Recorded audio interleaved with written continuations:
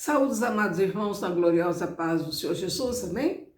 Mais uma vez estamos aqui reunidos para estarmos em comunhão, para trazer mais uma palavra que espero em Deus possa edificar profundamente a vida de vocês.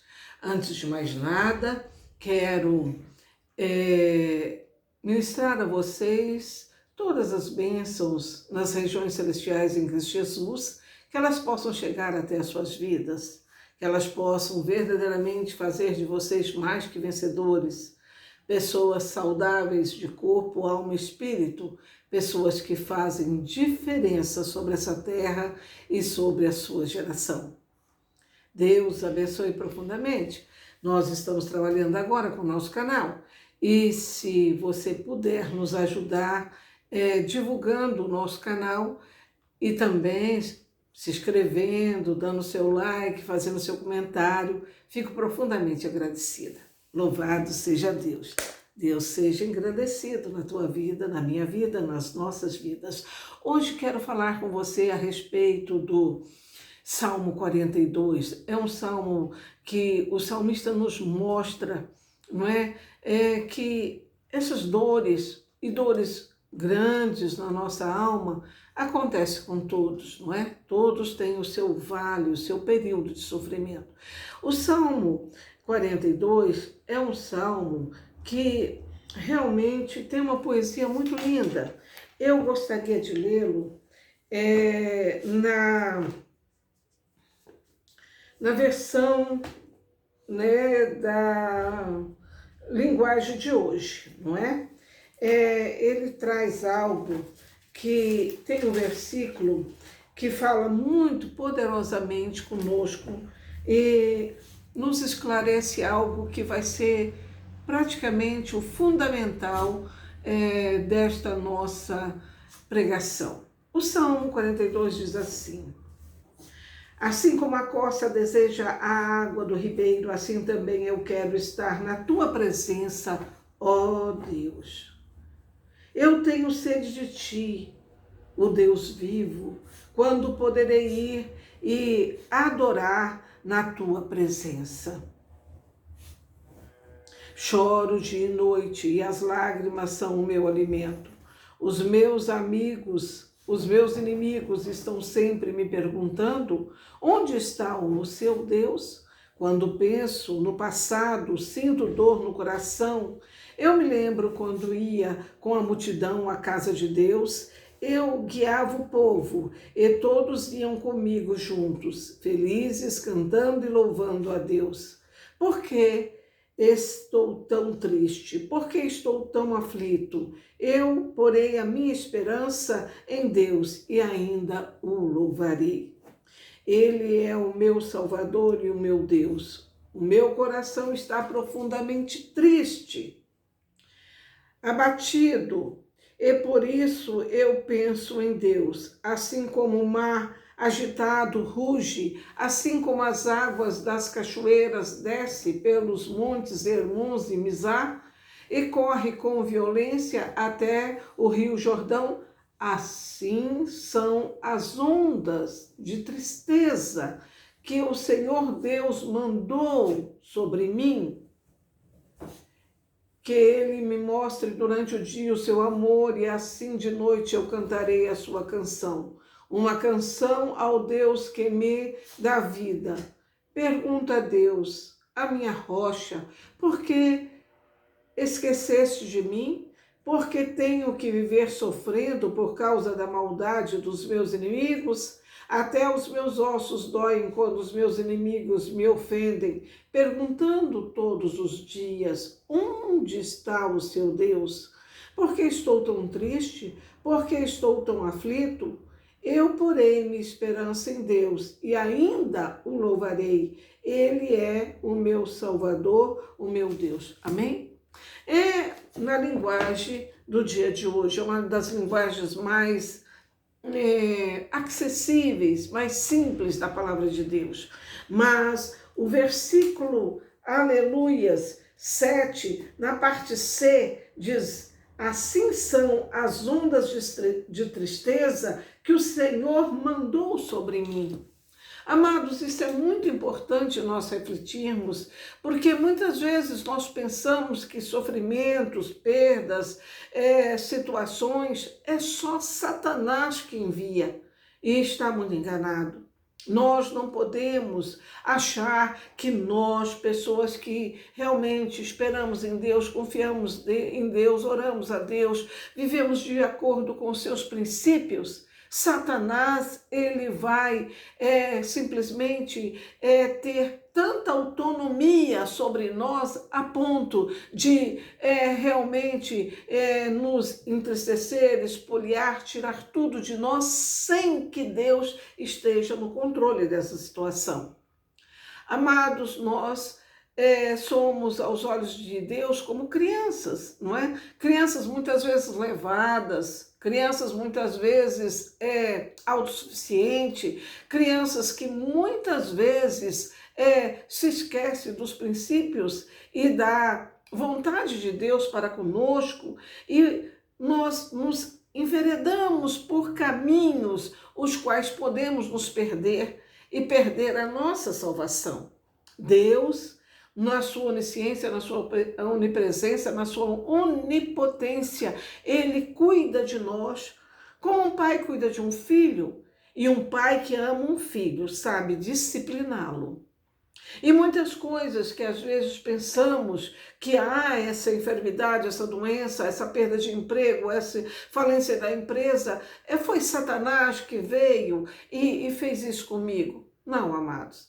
Muitas coisas, às vezes, Deus, para nos frear, Ele realmente faz com que nós passemos por situações para amadurecimento, para crescimento, para darmos valor ao que realmente tem valor. Então, é natural que você, passando pelas dores, você vá desabafar com Deus. É natural que você vai levar a Deus aquele sofrimento, aquela perda, aquela enfermidade, não é? É natural. E Deus, na sua infinita compreensão, Ele não vai te recriminar. Ele não vai dizer, como fala comigo assim? Não. Ele sabe que um filho tem intimidade com o pai e vai chegar para o pai e vai dizer, né?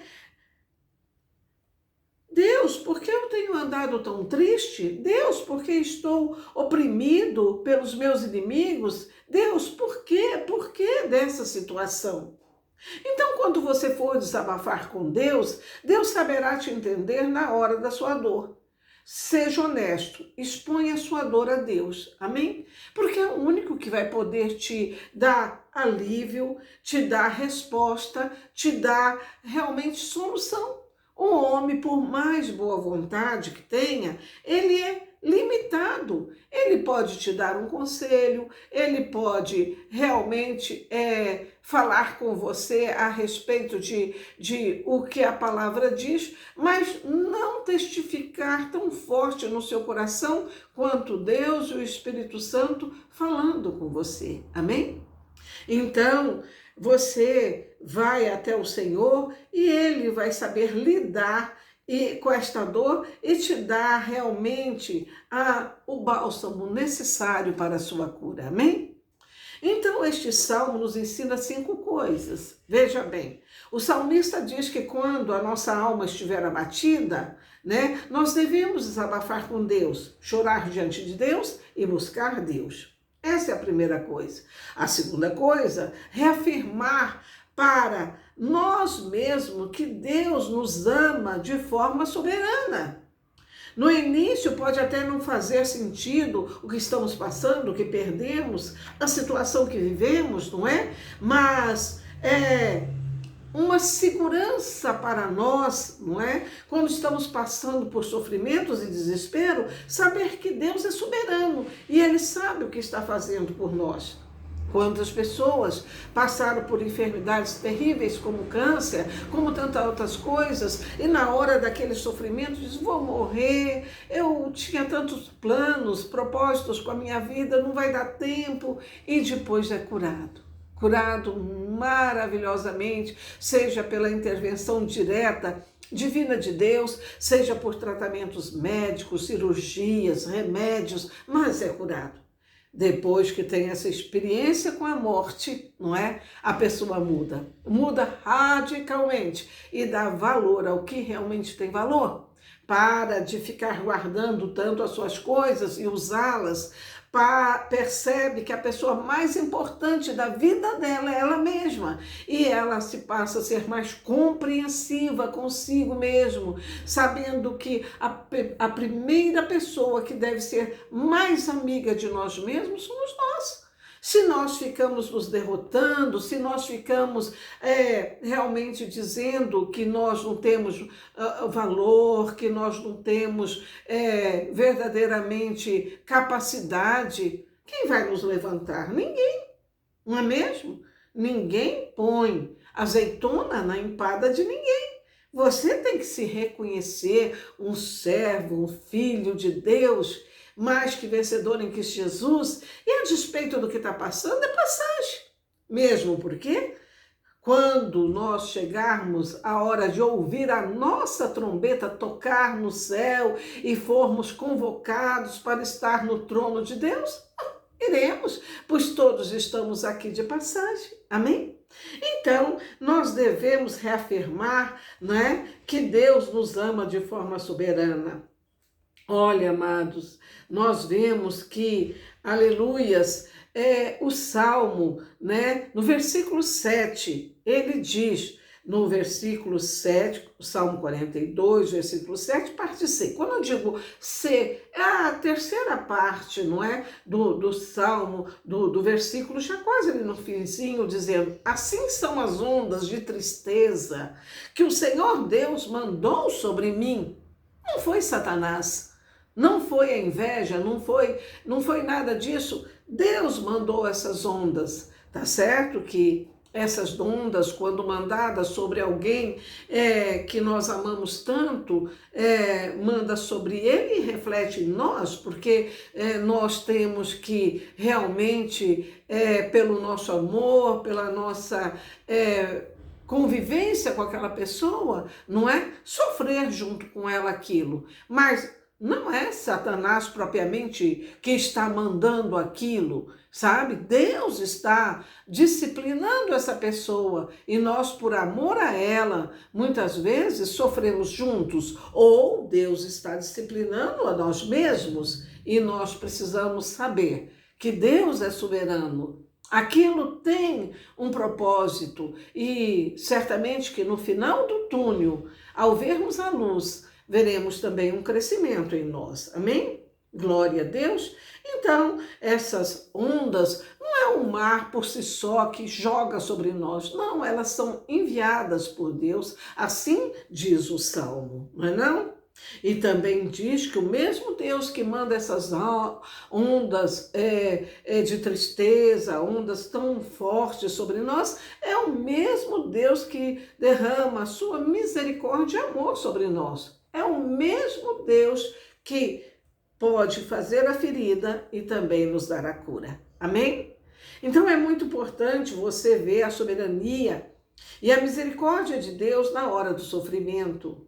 As correntezas dos problemas da vida sobre você vêm da mão do próprio Deus. Deus mandou isso. Não quer dizer que Deus simplesmente permitiu. Deus mandou. Mas por quê? Mas por quê? Deus sabe o que faz. Eu não posso te esclarecer.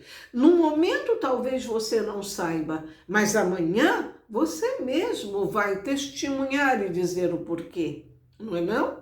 Então veja, glória a Deus, da mesma forma que você entende e reconhece que Deus que mandou sobre você as ondas, também é o mesmo Deus que derrama sobre você a misericórdia dele em meio a essas ondas de tristeza. Isto é um reconhecimento tremendo, maravilhoso do mover de Deus na sua vida. Quando a sua alma se abate, reafirme para você a mesma misericórdia soberana de Deus que me conduz pelos vales verdejantes, me conduz pelas águas tranquilas, não é? É o mesmo Deus que me leva sobre os vales da sombra da morte. quando ele pega a sua mão, a minha mão, né? E ele atravessa conosco aquele vale também de dor e sofrimento. Então, é o mesmo Deus que nos dá amor e misericórdia, é o mesmo Deus que atravessa conosco esses vales, amém? Precisamos entender, aleluias, glória a Deus, e reafirmar para nós o amor e a misericórdia soberana de Deus.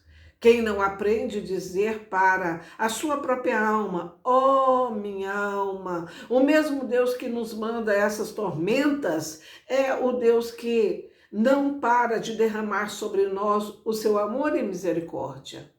Quem não entende isso, na hora da depressão, na hora da perda, da saúde, da empresa, do emprego, enlouquece e tira até a própria vida. Sendo que isso não é uma fatalidade final, mas é uma passagem, é uma situação difícil, mas que você com Deus e com a misericórdia e amor de Deus vai superar. Um grande exemplo, não sei se vocês conhecem, mas é Charles Spurgeon. Charles Spurgeon, ele foi considerado o príncipe dos pregadores. Ele foi um homem notável que desde a adolescência, com 16 anos, já pregava sermões. Aos 20 anos já havia pregado mais de 60 sermões, não é? Mensagens. E todas as igrejas que ele pastoreava era pequena para a multidão que queria ouvi-lo. Em pouco tempo, ele se tornou uma figura célebre ao redor do mundo. Foi reconhecido como uma das mentes mais brilhantes de sua época. Spurgeon, sendo tudo o que a sua biografia diz, e já faz mais de 100 anos, não é, que ele viveu, ele passava por uma depressão recorrente. Olha, então você pensa que é só você que está deprimido com situações que realmente te levam a esse sentimento de depressão? Não, olha, que homem brilhante! E ele vivia com uma depressão recorrente. Às vezes ele passava meses fora do púlpito da sua igreja, ele se recolhia para se recobrar da sua depressão. Olha, tá entendendo? Isso é uma coisa pertinente ao ser humano, aos reveses da vida, não é mesmo? Ele entendia que aquela depressão na vida dele era um projeto de Deus para manter a sua vida e vocação intacto. Não ser soberbo. Spurgeon entendia que aquilo que Deus mesmo enviou para ele na forma daquela depressão era a forma de Deus glorificar o nome de Jesus na vida dele. Porque toda vez que ele superava, o nome de Jesus era glorificado. Ele tinha uma fé inabalável na soberania amorosa de Deus em todas as suas aflições. Foi a fé na soberania amorosa de Deus sobre o sofrimento que Spurgeon, o príncipe, dos pregadores, conseguiu manter-se em pé através do que ele passou. Ele declara algo muito profundo. Ele disse, olha, veja o que ele declara. Ele, conhecedor profundo da palavra, ele declarou assim: seria uma experiência muito forte e tentadora pensar que eu tenho uma aflição que Deus nunca me enviou, que o cálice amargo nunca foi preenchido pelas mãos do próprio Deus, que as minhas tribulações nunca foram medidas por Deus, nem enviadas a mim no peso e na quantidade que manda à disposição do próprio Deus. Ele não atribuía a Satanás a sua doença, a depressão, as dores horríveis que ele passava de maneira alguma, né? Então, veja, irmão, seria, na verdade, o que ele está dizendo, que seria muito tentador achar que não é Deus quem pese e quem envia as grandes ondas sobre nós, os sofrimentos, as tristezas. Deus nos trata para não nos perder. Deus não quer que nos percamos no caminho, errando e caindo no laço do diabo. Deus não quer que isso aconteça. Então, muita coisa que você diz, nossa, mas estava ali na boca do gol, eu ia conseguir aquele emprego, a empresa estava subindo, eu não aguardava e fui surpreendido com essa enfermidade. Deus está nos tratando. Amém? Aleluia! Isso é compreender a misericórdia de Deus com o zelo pela nossa salvação. Olhar para Deus, olhar para Deus enviando o sofrimento, infelizmente choca. É chocante isso. Concordo, sei, também penso assim, nossa, que chocante, né? Isso choca, mas também isso é devido ao pensamento moderno no mundo evangélico, né? Nós dessa geração nos chocamos com isso, né? Achando que Deus é só amor. Deus é um pai, ele também corrige. É porque no mundo evangélico moderno coloca para nós um Deus que nos poupa de sofrimento, que nos trata como um filho mimado que é poupado de crescer. Isso não é Deus. Todas as coisas cooperam para o bem daquele que o ama. O mesmo Deus que atravessa conosco o pasto verdejante, as águas tranquilas, é também o mesmo Deus que atravessa conosco o vale da sombra da morte. Spurgeon, para ele, esse ponto de vista sobre Deus era o primeiro argumento. Era um meio de sobrevivência para ele na hora do sofrimento. Ele sofria com reumatismo e sentia dores horríveis, mas não atribuía a Satanás. Um grave erro é considerar Deus e o diabo tendo o mesmo poder sobre o homem. Isso dá a Satanás muito mais crédito do que ele merece. A disparidade, a distância do poder entre Deus e Satanás é a de um criador, né, com a sua criação. Pode comparar a criação com o Criador? De maneira alguma, não é mesmo? Então, aleluia, Satanás, não importa a sua astutice, né? Não importa, não é que ele seja um mentiroso, né? Que vem confundir a sua mente, né? Mas ele não é, nunca e jamais será maior do que Deus que o criou. Deus o criou como anjo, anjo de luz, anjo que comandaria o louvor do céu, e ele, por soberba, caiu. E hoje ele, querendo realmente se levantar contra Deus, vem contra nós, imagens e semelhanças de Deus, não é? Mas nós não devemos, não é, temer Satanás. Isso significa o seguinte: Satanás não é maior do que Deus, mas devemos ser prudentes, porque Satanás, ele, não é, na sua milenar experiência sobre essa terra, não é? Ele investe pesadamente contra nós. Sejamos cautelosos, mas não devemos temê-lo, porque em Gênesis Deus declara a serpente que incorporou Satanás como derrotada. Vemos esta promessa cumprida no sacrifício de Jesus, quando Jesus esmagou a cabeça da serpente, né? Quando ele fez o sacrifício perfeito, ao entregar o seu espírito pela nossa redenção e salvação. Na cruz do Calvário, ele ali se entregou, e quando realmente ele fez esse sacrifício, ele disse: está consumado. Então, Spurgeon, né, o príncipe dos pregadores, dizia que a depressão funcionava nele como espinho na carne do apóstolo Paulo, para mantê-lo humilde, para que ele não se exaltasse, porque ele também dizia: aqueles que são honrados pelo Senhor em público normalmente têm de suportar a correção na vida secreta.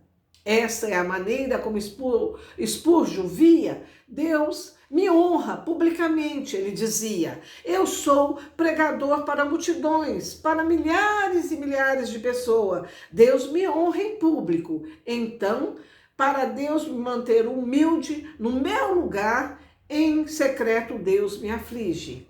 Porque Deus não quer me perder. Ele diz que Deus não queria que ele se exaltasse e caísse no laço do diabo. O mesmo Deus que não quer O mesmo Deus não quer que você, né, se perca em ilusões, arrogância, autossuficiência, distanciando dos princípios que te protegem e caia nas artimanhas de Satanás. Então, nós devemos transformar o nosso lamento em cântico, como está no versículo 8 do Salmo 42. À noite contigo, à noite comigo está um cântico de oração ao Deus da minha salvação. Não é um cântico de exaltação, é um cântico realmente que fazia, não é, das suas circunstâncias, não é, uma música clamando a Deus misericórdia, clamando a Deus sabedoria, não é, clamando a Deus, não é, a força necessária para aquela prova que iria promovê-lo para degrau mais alto. Amém? Então, os salmos, eles expressam muito bem o que sentimos. Quantos de nós sentimos, Deus, o Senhor esqueceu de mim, Deus, porque estou triste, Deus, porque isso acontece comigo, não é? E às vezes nós não temos palavras, mas nós podemos usar, né, o salmo como um porta-voz das nossas dores, necessidades, ações de graças, também súplicas, amém? Então, nós devemos realmente cantar, salmodiar o Senhor, não é? Mesmo em dor. E outra coisa é pregar para a nossa própria alma. Muito da nossa depressão, muito da nossa baixa espiritual é porque nós ouvimos mais os lamentos da nossa alma do que falamos com ela mesma. Nós precisamos dizer à nossa alma, não, alma, espera, Deus nos ama, Deus quer o melhor para nós. Nós precisamos pregar para a nossa alma, nós precisamos nós mesmos falar as grandezas do Evangelho para a nossa alma. E como poderíamos fazer isso? Um exemplo. Romanos 8, capítulo de 31 a 35, tem coisas maravilhosas. Você traga as palavras de Deus para a primeira pessoa, para você. Então diz, se Deus é por mim, que será contra mim? Aquele que nem mesmo o seu próprio filho poupou, antes entregou por mim comum, não me dará também com ele, seu filho Jesus, todas as coisas? Quem intentará acusação contra os escolhidos de Deus? É Deus que os justifica e eu sou um escolhido de Deus. Quem é que me condenará? Pois Cristo, quem morreu, ou antes quem ressuscitou dentre os mortos, o qual está à direita de Deus e também intercede por mim. Aleluias! E o versículo 35 de Romanos 8, quem é que me condenará? Pois é Cristo quem morreu e antes, aleluia, não, quem me separará do amor de Cristo? A tribulação, a angústia, a perseguição, a fome, a nudez, o perigo, a espada? Nada me separará do amor de Cristo. Sua alma é quem dá vida ao seu corpo. Você deve pregar para a sua alma, porque você pregando as verdades de Deus, ela toma fôlego, ela reage. E, por último, alimente a sua fé, lembrando, não é, das coisas passadas, das boas coisas que Deus te deu, das bênçãos inúmeras que já chegou até você. Alimente com as coisas boas que você pode trazer à sua memória. Permaneça em Deus e transforme seu pranto em uma canção de súplica ao Senhor, lembrando, Deus, tantas coisas o Senhor me fez. Estou passando por este momento, para mim tão difícil, mas eu sei que o Senhor é fiel e eu vou vencer, porque o mesmo Deus que traz para mim essas ondas de tristeza, é o que atravessa comigo esse vale da sombra da morte, também atravessará comigo, né, os vales verdejantes para as águas tranquilas. Amém? Vamos orar? Deus de mistério, Que ninguém venha atribuir ao Senhor e Satanás o mesmo peso, achando que para um servo de Deus, para uma pessoa que crê no Senhor, poste Satanás estar brincando com ele. Não, o Senhor também pesa, mede e manda o sofrimento para que nós possamos, ao passar por esta prova, subirmos degraus e degraus da nossa vida. Queremos crescer, Senhor. Queremos força, dignidade para passar por cada experiência que o Senhor nos manda e ser uma testemunha viva do seu poder. Para todos os que sofrem, Senhor, mande, Senhor, uma porção dobrada, aleluia, da sua graça, da sua misericórdia, do seu amor, para que ele possa ter testemunha viva de tudo que passou e como venceu. Em nome de Jesus, abençoo cada um de vocês, desejando a vocês as bênçãos do Senhor, que está, aleluia, em Números. Hoje vou lê-la na, aleluia, glória a Deus, na versão, atualizada, na linguagem de hoje, que diz assim: que o Senhor te abençoe e te guarde, que o Senhor te trate com bondade e misericórdia. Aleluia. Que o Senhor olhe para você com amor e lhe dê paz, E todos digam amém. Amados irmãos, amados ouvintes, tenha fé no Senhor. O Senhor está te fazendo crescer. Seja um bom aluno, seja ensinável. E você vai subir degraus e mais degraus na sua vida e testemunhar do profundo amor de Deus por você. Amém? Deus seja louvado, Deus seja engrandecido.